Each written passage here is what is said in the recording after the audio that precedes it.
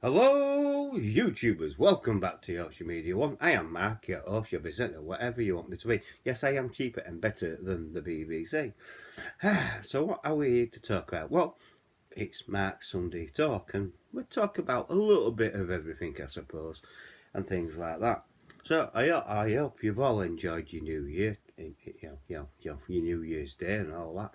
And let's crack on. So, what is going to change over the years? Well, over this year. Well, this year alone, there's going to be a mayor election down in London, which people will vote for a Lord Mayor of London. And I don't know what's going to happen. There's rumours and things like that. But, it's chance for Londoners to vote out Sadiq Khan. Complete failure of a London mayor. Charging people to go into London by paying ULEZ, which is a get rich scheme for Sadiq Khan, basically. And for anybody who continues this as well. There's only one party what's going to abolish it all, and that is Reform UK. Even the Conservatives are not going to get rid of it all. They're just going to get rid of the extension and things like that. So you've got the mayor general election, and then you've got sometime this year you've got a general election. Now it's got to be this year because it's 5 years since we had one. 2019 was our last general election, so the next general election will be this year, or it's got to be. This year they can't change it, they can't fudge it, and who are you going to vote for, really? You haven't got a terrible. We haven't got a big choice, really. It's going to be the main two. Yet again, it's going to be the Conservatives or the Labour Party. And if you vote for the Conservatives or the Labour Party, they're both as bad as each other because nothing will change, no matter what they promise you. On one hand, if Conservatives promise, oh yeah, we'll control the ball, that won't change. On the other hand, Labour said, oh yeah, there'll be better jobs and this and that. That's not going to change because both parties are racist.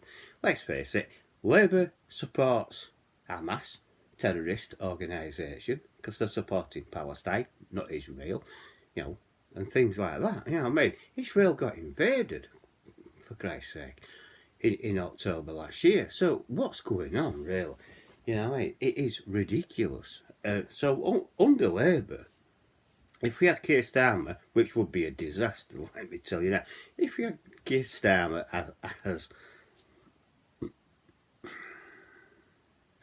as our Prime Minister, let's face it, it would be a complete disaster.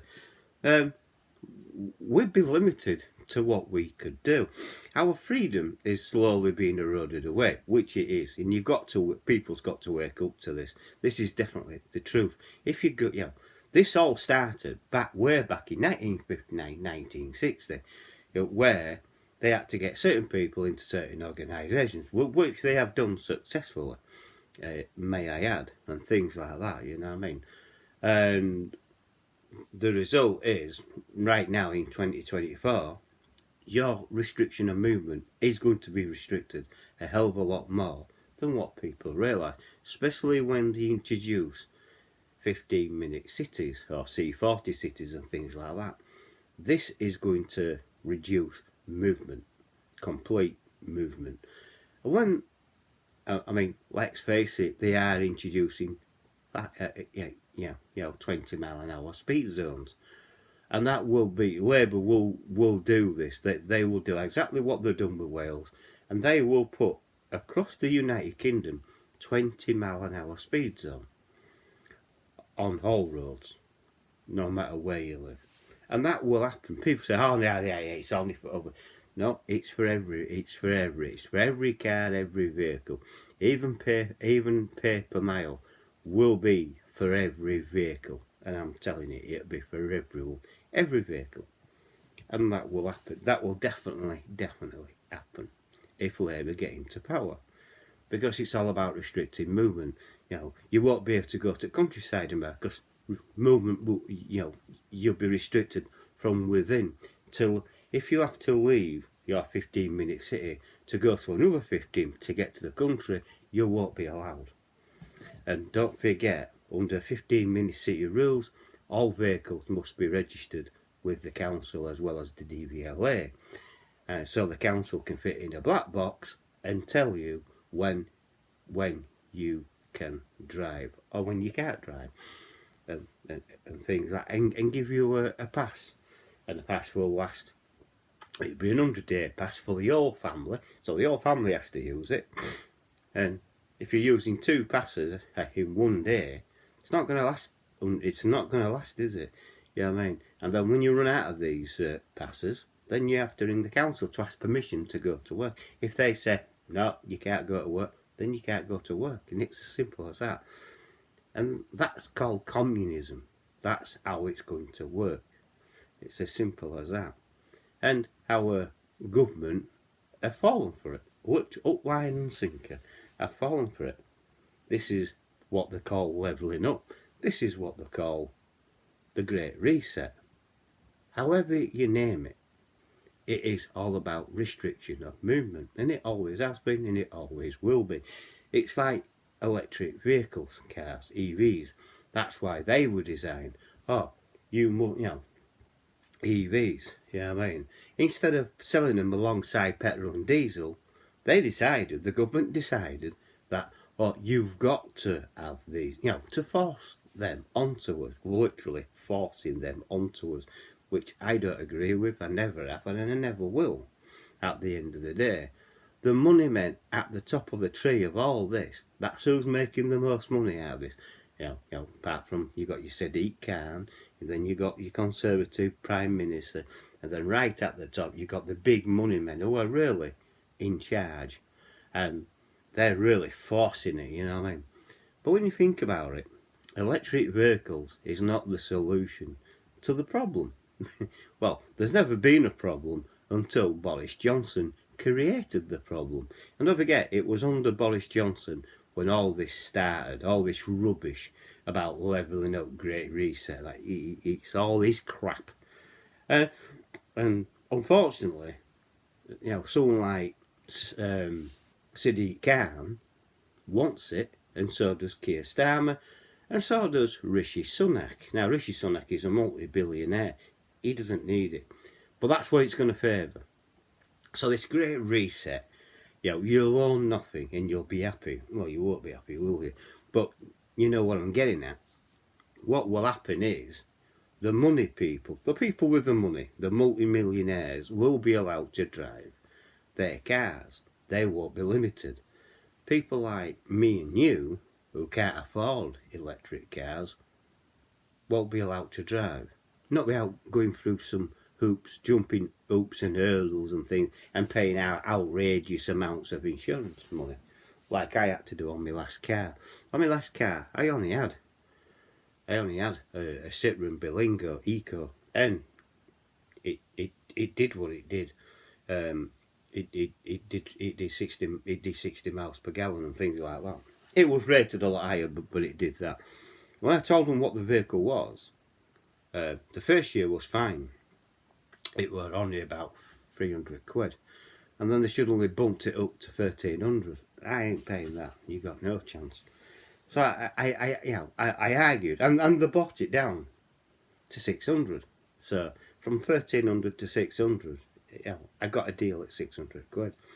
And then when I was looking for insurance for the previous year, this would have been the 3rd year of that vehicle, I ran into some an insurance company reached out to me and says, it'll cost you 3,500. I ain't paying that.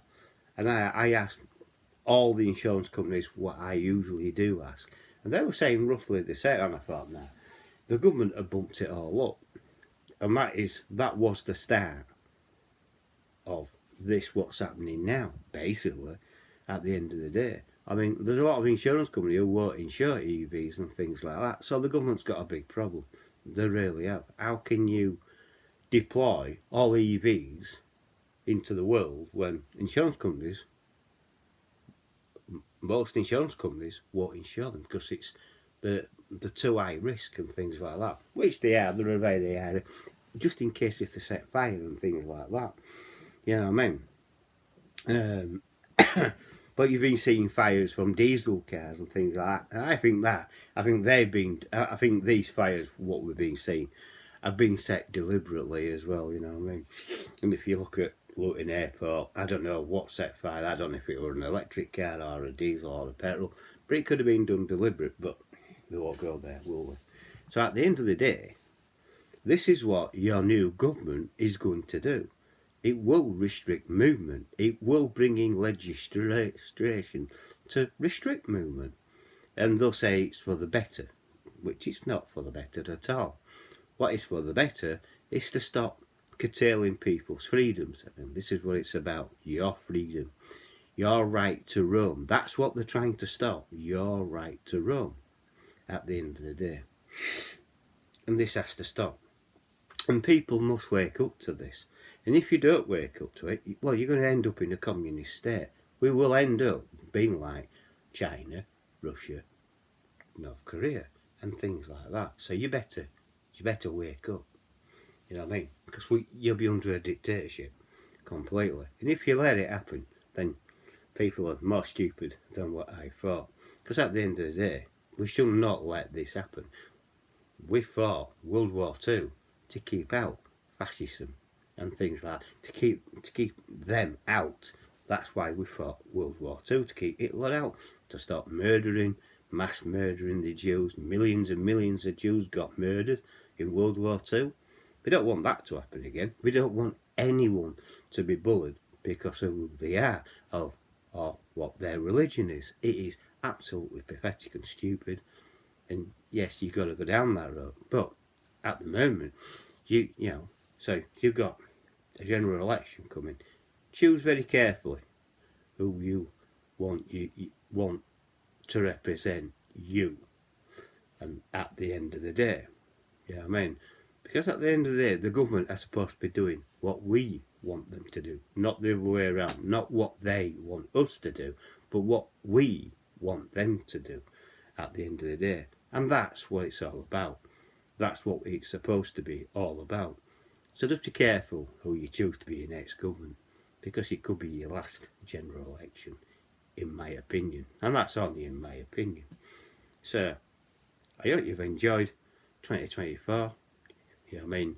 Also, there is certain people out there who are trying to ban the word Merry Christmas because they say Christmas is a racist word. No, it's not.